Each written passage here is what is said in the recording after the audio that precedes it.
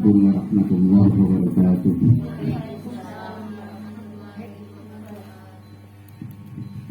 Bismillah, alhamdulillah, wassalatu wassalamu ala rasulillah Sayyidina Muhammad ibn Abdullah wa ala alihi wa ashabihi wa mawala amma ba'du.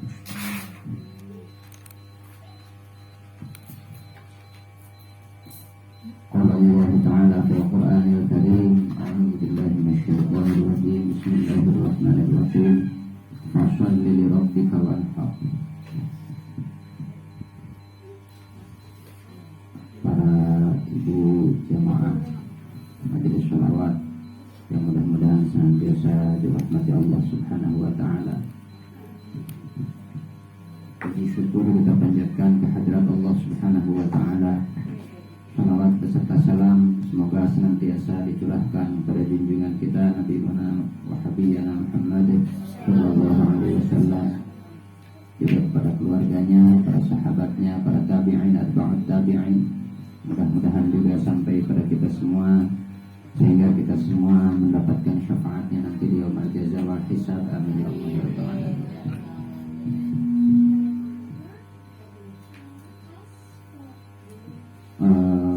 Pada pertemuan kali ini insyaallah saya akan menyampaikan tentang sholat Id, sholat Idain, atau lebih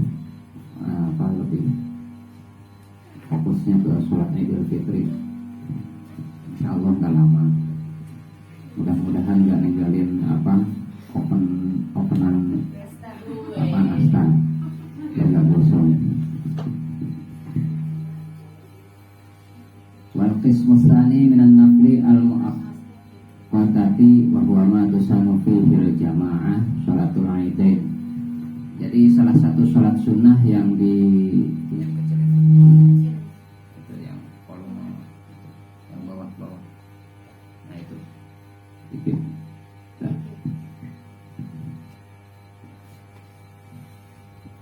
Salah satu sholat sunnah yang disunahkan atau sunnah muakkad yang mana mempunyai waktu dan diharuskan berjamaah adalah sholatul Idain.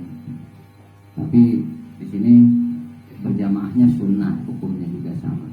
Artinya kalau dilakukan di rumah sendiri-sendiri juga sah, boleh. Nggak pakai khutbah gimana ya, khutbah aja sendiri nggak apa-apa.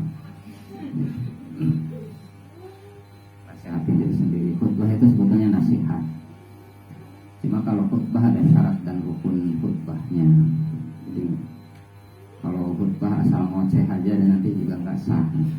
Asal ngoceh sendiri, cuma namanya lagi berundel. Wah, kemarin orang-orang jalan-jalan, saya kok jalan-jalannya sedikit. Itu berundel, bukan khutbah. Sholat Id itu ada dua, yaitu sholat Idul Ashghar wal Idul Akbar. Ada sholat Id yang kecil dan yang besar. Sholat Id makanya disebut ada kalau orang Jawa bilang ada lebaran besar. Lebaran besar itu yang Idul Akbar itu berarti Idul Adha.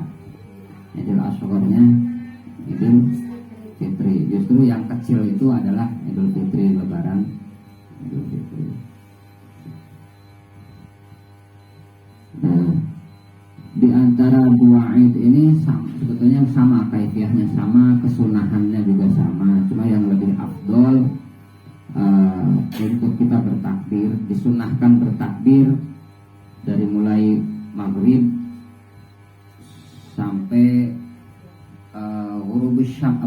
zawali syamsi. Takbirnya sunahnya dari kapan? Dari mulai maghrib maghrib malam takbir malam Idul Fitri Id tersebut sampai imam takbiratul ihram. Itu sunnah kita bertakbir. Kalau umpamanya nggak sholat Id gimana? Kalau nggak sholat Id berarti sunnahnya sampai zuhur. Jadi kalau nggak sholat Id ya berarti takbirannya sampai zuhur. Orang-orang kota kita takbir. Nah, itu disunahkan takbir. Siapa yang sunnah bertakbir? Bukan hanya bapak-bapak, ibu-ibu juga sama. Hanya bedanya kalau laki-laki disunahkan bertakbir birtifa'i syaut, dengan mengangkat suara atau suaranya dikencengin, pakai speaker kalau perlu, demi syiar, biar orang-orang tahu keagungannya Allah subhanahu wa ta'ala, keagungannya Islam. Tapi bagi perempuan makruh untuk irtifa'i syaut. Perempuan itu sunnah bertakbir tapi nggak boleh mengangkat suaranya. Kenapa? Biasanya suara perempuan kalau nggak kelihatan orangnya itu jadi mendayu-dayu. Wah, suaranya enak banget, pas kelihatan jadi nggak enak biasanya. Jadi suara perempuan termasuk aurat. Jadi disunahkan untuk sir takbirnya perlahan-lahan aja, kecuali berkumpul bersama sesama perempuan. Jadi di sesama perempuan ngumpul, di situ juga mahramnya, maka di situ juga disunahkan irtifa'i syaut, mengangkat suara. Tapi kalau umpamanya bercampur sama laki-laki, suaranya pelan-pelan aja.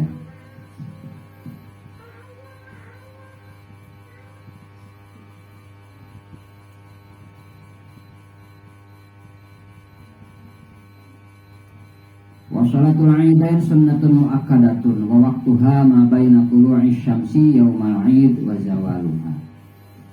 Jadi sholat Id ini sunnah muakkad, sunnah yang sangat dianjurkan.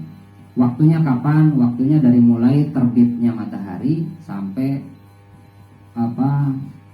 masuk waktu zuhur, zawali syamsi, ketika matahari bergeser ke arah barat. Nah, itu waktunya. Jadi pokoknya jam 9 saya belum sholat Id, tadi nggak keburu, itu juga nggak apa-apa. Sampai zuhur itu masih ada waktu untuk sholat Id. Sholat sendiri nggak apa-apa, sholat sendiri tanpa khutbah juga nggak apa-apa, karena itu hukumnya sunnah. Jadi kalau umpamanya ada yang nggak keburu karena pekerjaan atau karena apa, masih boleh sholat Id sampai masuk waktu zuhur, sebelum zuhur itu datang. Wa yusanu ta'khiruha an tulu'i syamsi hatta tartafi'a karumhin fi ra'yil 'ain. Dan itu juga disunahkan menunda sholat Id tersebut, jangan begitu terbit matahari langsung sholat, itu ditunda sampai matahari kira-kira agak meninggi kira-kira satu, kalau di sini karumhin, rumahnya itu satu bak itu apa ya kalau bahasanya? Satu bak itu satu ubin gitu kalau ukuran tanah. Ya kurang lebih 4 meteran. Kira-kira itu pun perkiraan mata aja. Jadi nggak usah diukur, kita kesana dulu ngukur mataharinya kira-kira udah ini enggak. Tapi perkiraan menurut kita itu kira-kira udah cukup. Kalau ngukur dulu lama, ntar keburu habis.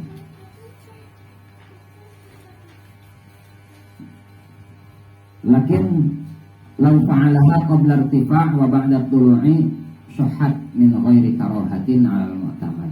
Walaupun dikerjakan sebelum matahari itu meninggi, yang penting matahari sudah terbit, itu sudah sah sholatnya dan tidak ada kemakruhan. Hanya kalau matahari sudah agak meninggi itu afdol kan? Jadi lebih baik. Kenapa? Biar apalagi ketika diselenggarakan secara umum di masjid, biar orang-orang jamaah itu sudah siap dulu. Jadi jangan buru-buru sampai akhirnya di rumah pada berantem, rebutan kamar mandi. Berantem semua. Jadi dibikin ditunda waktunya.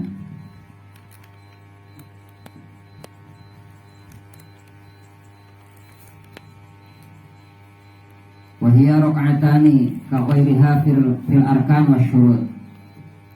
Salat Id itu 2 rakaat sebagai rukun dan syaratnya sama seperti salat yang lain. Hanya bedanya kalau salat Id itu ditambah dengan sebetulnya nggak pakai takbir 7 kali itu udah sah. Jadi kayak sholat sunnah biasanya kita sholat itu udah sah sholat Id. Cuma lebih afdolnya rakaat pertama takbirnya setelah takbiratul ihram ditambah 7 kali takbir. Setelah rakaat kedua setelah takbir qiyam, takbir berdiri itu ditambah 5 kali takbir. Tapi kalau umpamanya lupa gimana? Nggak takbir, nggak takbir 7 kali, nggak takbir 5 kali, berarti harus sujud sahwi apa enggak perlu gitu. Karena itu sunnah hay'ah bukan sunnah af'al. Jadi kalau umpamanya udah kelupaan berarti udah terputus, dipegang aja. Dua takbiratul ihramnya 1 kali, setelah takbiratul ihram ditambah 7 kali takbir Allahu Akbar, Allahu Akbar. Di setiap antara satu takbir dengan takbir yang lain diisi dengan zikir atau apapun yang mengagungkan kebesaran Allah. Cuma kita biasanya dituntun dengan subhanallah walhamdulillah wala ilaha illallah wallahu akbar. Itu yang paling utama menurut jumhurul ulama, para ulama.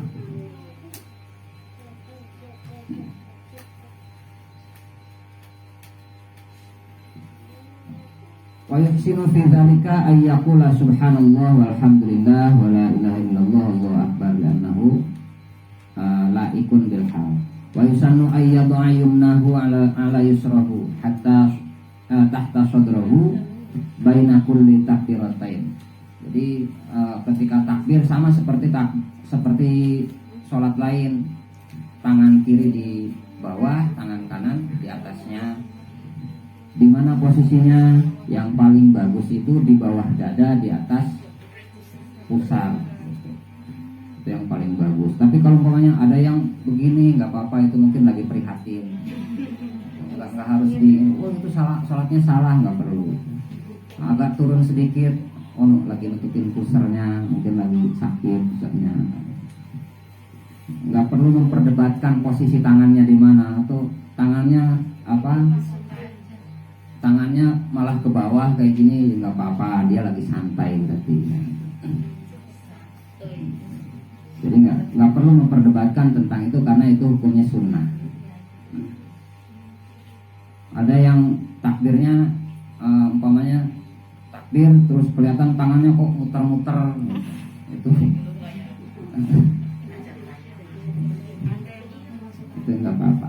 Itu salah, sebetulnya salah pemahaman. Jadi begini, ketika takbiratul ihram sunnahnya, afdolnya itu tangan yang turun tangan kanan dulu, turun bersamaan, cuma yang sini tangan kanan dulu.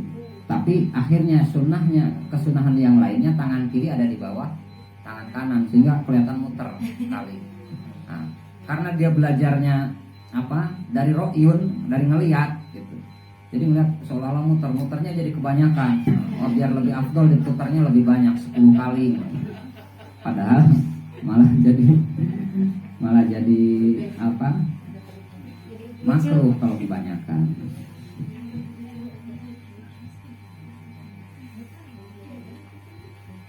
Walau syakka fi adadit takbirati akhadha bil aqal. Pas lagi takbir, ini kalau sholat sendiri ya. Pas lagi sholat perasaan tadi takbirnya udah baru 3 apa udah 4. Berarti kita putuskan udah 3 apa baru 3. Jangan ngambil yang paling banyak kalau pas lagi kayak gitu.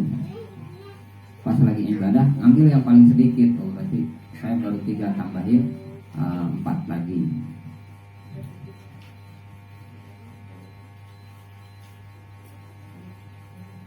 Wahia ala yusrahu tahta sadrahu.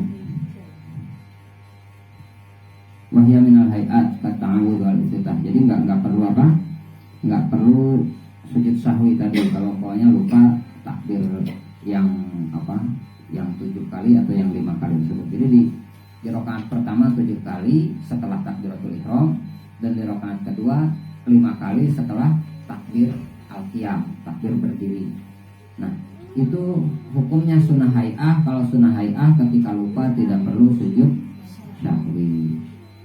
Kecuali kalau lupanya umpamanya walau nasiyaha, ketika dia lupa takbirnya masih belum bertakbir, pas baca ta'awudz sebelum Fatihah ingat, oh iya saya belum takbir, berarti diulang di takbir lagi. Tapi kalau umpamanya sudah mulai baca Fatihah, Bismillahirrahmanirrahim, sudah sampai di siratal ihdinas siratal mustaqim, ya belum takbir, diulang takbir lagi, itu enggak, malah jadi membatalkan sholat. Kenapa? Karena Fatihah itu hukumnya wajib, rukun, sedangkan takbir itu sunnah. Jadi nanti malah harus diulang sholat. Kalau sudah mulai masuk Bismillahirrahmanirrahim, itu sudah mulai masuk Fatihah namanya. Jadi kita nggak perlu mengulang takbir kalau lupa.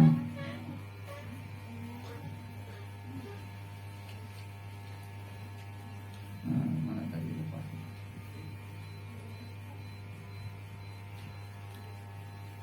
Dan disunahkan setelah sholat setelah Fatihah di rakaat pertama membaca surat Qaf. Sunahnya membaca surat Qaf dan sampai akhir.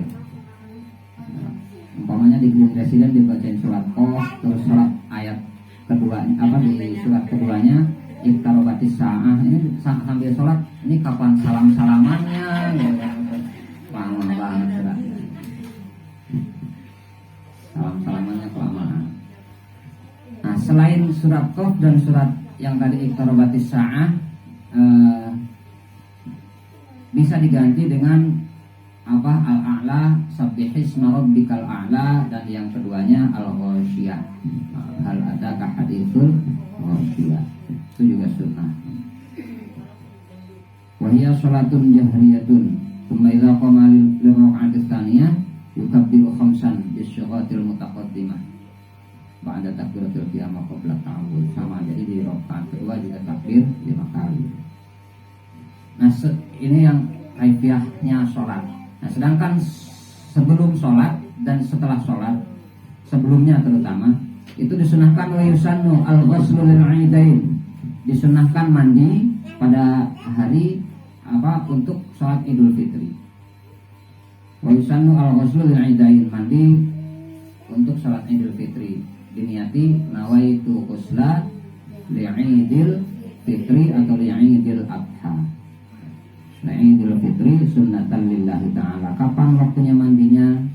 Kalau umpamanya biasanya kan mau lebaran pengen buru-buru, jadi mau tidur juga susah. Udah mulai jam 12 malam, udah mulai pertengahan malam, nisfil lail, itu sudah mulai masuk kesunahan mandi. Jadi ya udah, saya mau mandinya jam 12:30 aja biar nanti nggak berebut. Gak apa-apa, tapi nanti jam 2:30 masak lagi, berarti udah harus mandi lagi. Yang paling afdol itu ba'da tulu'il fajri. Afdolnya mandinya setelah keluar fajar dan setelah masuk waktu subuh. Itu afdol. Tapi daripada nunggu waktu subuh terus begitu azan terus berebut mandi, akhirnya pada kesiangan semua sholat subuhnya, lebih baik dari sebelumnya.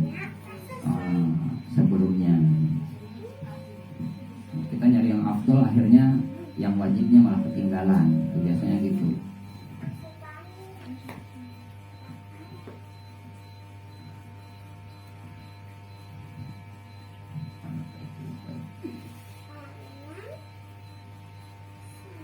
Wa yakhruju bil ghurub.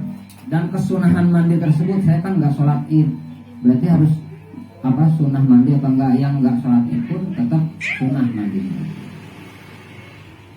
Jadi jangan mentang-mentang nggak sholat id, oh saya mah lagi halangan nggak sholat id, mandinya juga nanti. Wah, orang-orang anaknya, suaminya pulang dari masjid masih kusut masih. Jadi jangan kayak gitu. Itu sunnah, tetap sunnah mandi. Kenapa? Karena disebutkan Idul Fitri adalah hari raya berhias, katanya dalam bahasa lainnya. Idul Tazyin, harinya yaumut tazyin, hari berhias. Orang tuh berdandan di hari raya Idul Fitri itu sunnah. Sunnah bagi siapa? Bagi gitu. Sunnah ini nanti ada juga tentang baju barunya juga ada. Hari yaumuz zinah di sininya, yaumuz zinatin, hari berhias bagi orang-orang. Wa yusannu al-ghuslu lil 'idain wa illam yurad al-hudur.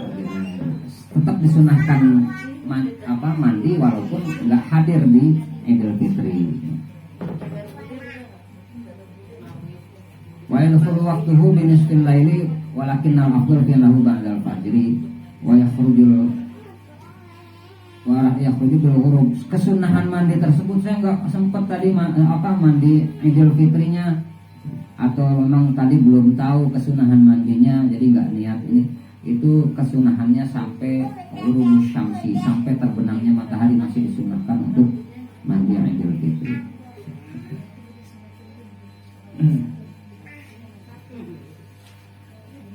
Wa yusannu al-bukur ba'da subhi li ghairil imam. Nah ini berlaku untuk selain imam. Yang selain imam disunahkan untuk pagi-pagian datang ke masjid. Paling pagi itu paling utama. Jadi lebih pagi lebih utama datang ke masjid. Tapi datang ke masjidnya untuk beribadah, bukan buat apa? Ini loh dandanan saya yang paling cakep, bukan. Jadi disunahkan kecuali imam. Kalau imam justru makruh untuk datang buru-buru. Imam itu harusnya nanti belakangan. Ketika jamaahnya sudah siap, sudah mau dilakukan sholat, imamnya baru masuk. Karena apa? Karena ketika makmum keduluan imam masuk ke dalam masjid, itu dia kehilangan keutamaan. Bahkan ketika sholat Jumat, ada ulama yang berpendapat ketika makmum itu keduluan imam masuk masjid, sholat Jumatnya nggak sah. Makanya itu walaupun itu ada istilah, ada khilafiyah, ada perbedaan pendapat. Nah jadi disunahkan bagi imam itu menunda kedatangannya ke masjid nanti. Jangan mendahului imam. Malah imamnya lebih pagi. Harusnya biasanya kan tuntunannya gitu. Harusnya kalau imam, kalau ustadz itu lebih pagi nyontohin. Padahal salah. Karena apa? Karena kalau dia lebih pagi berarti kamu nggak dapat apa-apa. Gitu. Nah ini berlaku untuk selain imam berangkat pagi-pagian, artinya lebih semakin pagi itu semakin baik. Wa yahdurul imam waktu sholatin. Nah ini imam itu hadir pada saat sholat memang sudah mau dilakukan.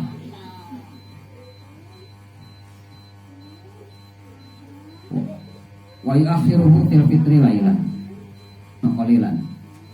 Wa hikmatuhu ittiba' ittasana waqtil udhiyah. Wal afdalu fi shadaqatil fitri an takuna qabla shalah. Dan disunahkan mengenai sedekah fitri atau zakat fitrah itu sebelum sholat, itu afdalnya. Tapi itu sudah dibahas mengenai keafdalan Idul Fitri. Jadi walaupun itu afdal, kalau malah nanti merepotkan lebih baik disegerakan. Wa yundabu at-taqib. Nah ini juga sama. Liz zakari bi ahsani ma yajiduhu indahu min at-tib. Disunahkan menggunakan wewangian bagi liz zakari, tapi khusus bagi laki-laki.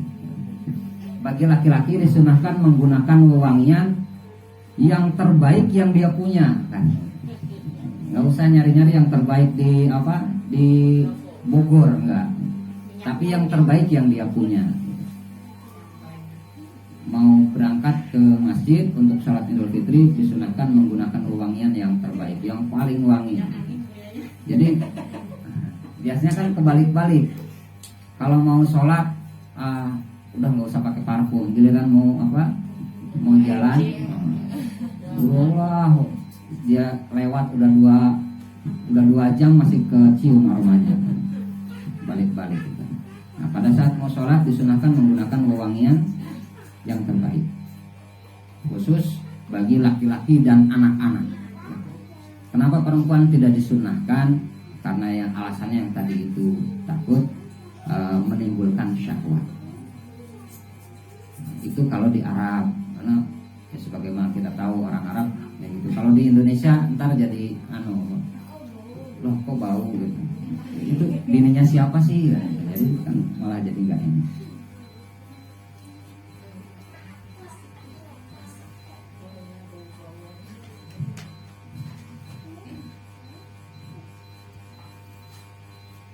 Watazin bi ahsani thiyabi. Nah ini, dan berdandan menggunakan baju yang paling bagus yang dia punya. Makanya di Indonesia ada tradisi kalau mau lebaran itu toko-toko penuh, walaupun kenyataannya nggak beli semua, cuma muter-muter aja, bingung balik lagi. Perasaan pas di toko baju bisa bagus semua, bisa jelek semua. Pas nyampe rumah nyesel, oh yang tadi bagus, balik lagi. Dan itu memang udah adatnya ibu-ibu kayak gitu. Masuk mallnya 11 lantai, naik semua diputerin. Nawarnya pertama tadi udah nawar berapa? Turunin dong 5.000. Nah nggak dikasih, muter dulu dikelilingin tuh mall. Balik lagi ke situ malah lebih mahal belinya. Udah biasa. Puter-puter, jadi 11 lantai itu harus ke ini semua gitu. Balik lagi ke situ belinya yang itu juga malah lebih mahal dari yang tadi. Nah, dia nawar pertama. Memang udah takdirnya kodratnya perempuan seperti itu, dibikin ribet. Ya, enggak protes, semua berangkat aja sendiri. Jangan ngajak aja.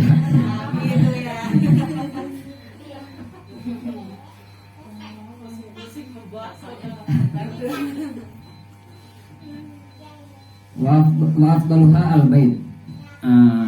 Yang paling afdol dari baju-baju itu adalah warna putih. Itu warna putih yang paling afdol. Illa ayyakuna ghairuha ahsan. Kecuali kalau umpamanya selain putih ada yang lebih bagus. Kalau yang selain putih ada yang lebih bagus, maka itu yang paling afdol. Jadi kalau umpamanya dia ini setara semua, bajunya bagus semua, ada yang putih berarti yang putih yang dipakai. Tapi kalau ada yang lebih bagus dari yang putih itu berarti yang paling bagus yang dipakai. Bahwa afdol minha kuna la fil jum'ah, kecuali di dalam sholat Jum'ah. Sholat Jum'ah tetap yang putih yang paling utama.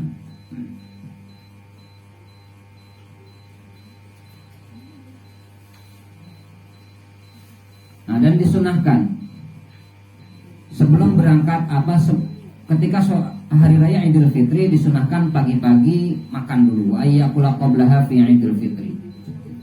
Makan sebelum sholat Idul Fitri itu makan dulu. Makan sekedar membatalkan, mengisyaratkan bahwa kita nggak puasa. Makannya nggak harus nambah sampai 3 kali. Yang penting batal. Dan yang paling utama itu ayyakuna tamron witron, makan kurma dengan jumlah ganjil. Paling utama. Kurma 1 atau 3. Kalau nggak 3 berarti 5. Kalau nggak 5 berarti 7. Kalau nggak 7 berarti 31. Yang penting witir. Dan jangan kebanyakan. Kalau kebanyakan takutnya pas sholat Id nggak kuat bangun. Pas khutbah malah ngantuk, bukan dengerin khutbah. Dan khutbah gitu, ketika khutbahnya juga harus dipahami. Sholat Jum'ah, sholat Id itu 2 rakaat sholat dan 2 khutbah itu bagian dari sholat. 2 khutbahnya itu bagian pengganti 2 rakaat sholat yang seharusnya 4 rakaat. Zuhur itu 4 rakaat. Ketika sholat Jumat, sholatnya 2 rakaat, khutbahnya 2 kali. Nah 2 kali khutbah itu pengganti 2 rakaat sholat, sama halnya dengan sholat ini. 2 khutbahnya adalah pengganti 2 sholat, artinya kesunahannya sama. Jadi kalau kita mau mendapatkan pahala sempurna dalam sholat Idul Fitri, berarti dengarkan 2 khutbahnya tersebut. Diinstruksikan sama muraqi, wa idza sa'idal khatibu 'ala mimbar fala yatakallam. maka jangan berbicara. Karena apa? Kalau kita ngomong berarti faqad laghaw, kita nggak dapat apa-apa. Boleh ngomong. Kita juga nggak boleh pokoknya ada yang ngobrol diam, itu sama gitu, nggak boleh. Bahkan di dalam hadis yang diriwayatkan oleh Imam Abu Hurairah, idza qulta li sahibika yaumal jum'ati ansit wal imamu yaktubu faqul lahu. Ketika kamu bicara sama temanmu, diam gitu. Ngomong suruh diam, berarti kita adalah termasuk orang yang batal. Jadi nggak usah, karena biasanya gini, ada orang yang ngobrol 2 orang, yang ngelarangnya 20 orang, malah jadi ramai semua. Us diam, oh ya, semuanya diam-diaman, akhirnya malah berisik semua. Lebih baik kita fokus ke diri kita masing-masing. Lu biarin aja, nanti juga malaikat yang nyatetin. Nanti lama-lama dibikin diam sendiri sama Allah. Ada yang ngajak ngobrol, nggak usah kita bilang diam, enggak. Udah dicuekin aja juga lama-lama malu sendiri. Nggak usah disautin. Lu sombong amat, kan lagi sholat. Kalau di luar sholat baru sombong, kalau lagi sholat yang ngajak ngobrol yang sombong amat di hadapan Allah, seperti itu. Wa ayyadhaba lis-shalat fi tariqin tawilin, dan disunnahkan ketika mau berangkat untuk sholat Idul Fitri itu melalui jalan yang paling jauh. Tapi bukan berarti dari blok A muter dulu ke blok C terus keluar ke sana, bukan. Tapi ketika kita punya pilihan jalan yang paling jauh, berarti jalan itu yang ditempuh. Nah, pulangnya melalui jalan yang paling dekat. Jalan yang paling dekat dipilih. Nggak harus muter ke Grand Kahuripan dulu, enggak, di sini aja. Cari yang paling jauh. Dan disunahkan berjalan kaki. Sunnahnya berjalan kaki, tidak menggunakan kendaraan. Soalnya kalau bawa kendaraan juga pas lagi sholat juga was-was. Aduh, motor saya aman nggak ya? Motor saya dicolong orang nggak? Mana baru 2 bulan. Yang jelas setiap langkah kita ketika kita berjalan untuk beribadah itu nanti ada hitungan pahalanya. Jadi malaikat ngitungnya langkah kaki, bukan putaran roda. Karena kalau ngitung putaran roda bingung tandanya di mana di awal. Nah, jadi ngitungnya langkah kaki, berapa langkah kita dari rumah ke masjid, itu yang begitu. Maka disunahkan jalan kaki.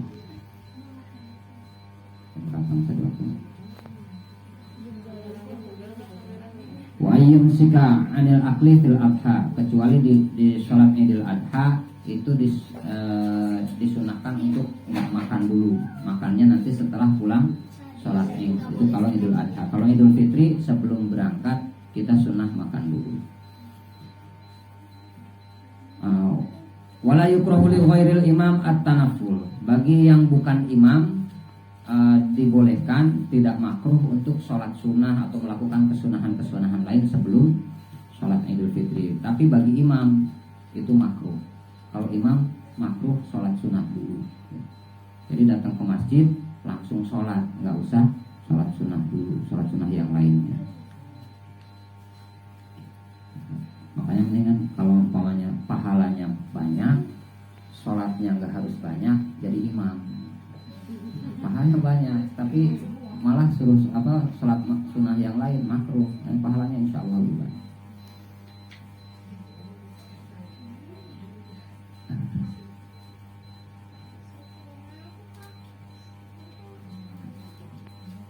Wa yustahabbu izalatu sya'ri wal dhufri warrih awarrihil karihah, dan disunahkan memotong rambut, memotong kuku, dan menggunakan wewangian tadi, membuang aroma-aroma yang tidak sedap. Wa man lahu thawbun wahidun yaghsiluhu nadban, kalau punya bajunya satu berarti dicuci aja setiap mau Id, setiap mau Jumat. Ini karena ini menceritakan tentang zamannya Syekh Nawawi dulu. Jadi yang untuk punya baju itu susah. Wa yukabbiru nadban kulla ahadin min ghurubi syamsi. Nah, ini yang tentang takbir tadi, disunahkan takbir dari mulai terbenamnya matahari sampai imam naik takbiratul ihram. Sifat takbirnya sebagaimana sudah diketahui. Mudah-mudahan bermanfaat. Saya cukupkan sampai di sini. Kalau memang ada yang perlu ditanyakan